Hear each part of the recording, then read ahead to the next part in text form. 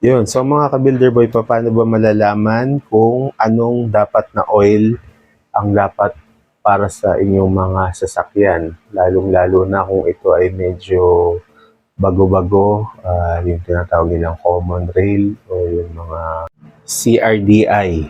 So, punta kayo sa glove box ninyo kung nandun pa.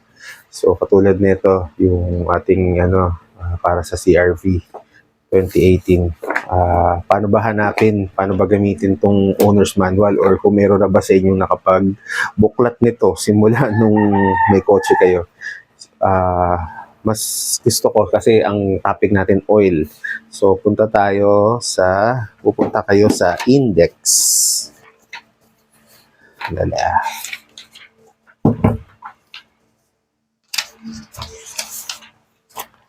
Ayan, index. Tapos yan, alam niyo naman yan, tinuro naman yan sa school. So hanapin natin yung oil. Letter O. Yan, tinupi ko na, kaya mas madali na. So oil, low oil, oil engine, viscosity. Ito ang importante. So, page 665. Viscosity. Ano ba yung viscosity? Ito yung lapot or reaction nung oil. So, dito po, para sa model na to, ang sabi ay dapat use a genuine Honda motor oil or another commercial engine oil of suitable viscosity for the ambient temperature as shown. So, ang ano po nito, 0 to 20 is the formulated to improve fuel economy. So, nakalagay dito, 0 to 20 or 0W20, pwedeng 0W30 para mas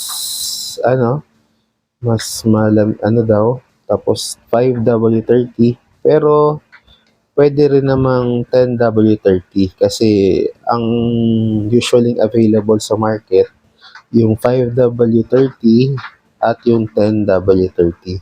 Yung mga 0W20 o 30 sa dealer lang po talaga ito nabibili. So medyo mas mahal. Kaya pwede kayo mamili. Yung 10W30 usually yun yung synthetic formula. Yung 5W30, ito po yung synthetic. Ako po mas preferred ko po yung mineral base o yung semi-synthetic lang. Yun po. So, importante po to.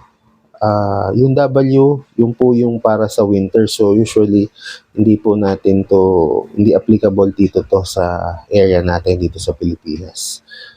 Kasi hindi naman po tayo nagyayelo dito. So, ibig sabihin po nyon, kahit na 0 degrees, hindi po titigas yung ating oil. Kung mapansin niyo parang, kumbaga, sabi nila yung natutulog na mantika pagka nag-store ka sa ref or nagsisebo na baka. Parang ganun po yun. So, yun po. So, dapat yung recommended ng inyong dealer. At kasi po yung ating mga car shop or magpapa-change oil tayo, usually binibigay nila ng mga oil kung ano yung available sa kanila. Siyempre, kadalasan po yan, kung makikita ninyo ay siguro 10W40 or kung ano pa man po. Pero sinasabi na special oil. Pero maganda po na sundin po natin yung recommended or pinakamalapit sa recommended ng ating car specifications para hindi po tayo magsisi sa bandang huli.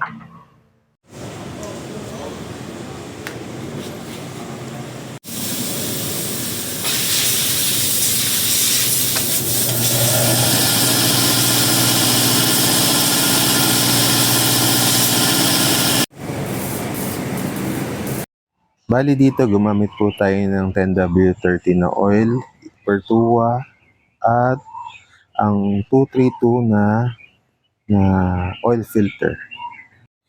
Basta po recommended ko lang po na gumamit po kayo ng maayos na oil filter dahil ito po ay ang magdadala ng ating oil kasi ako po nakaranas na po ako last time yan na may pumutok na oil filter.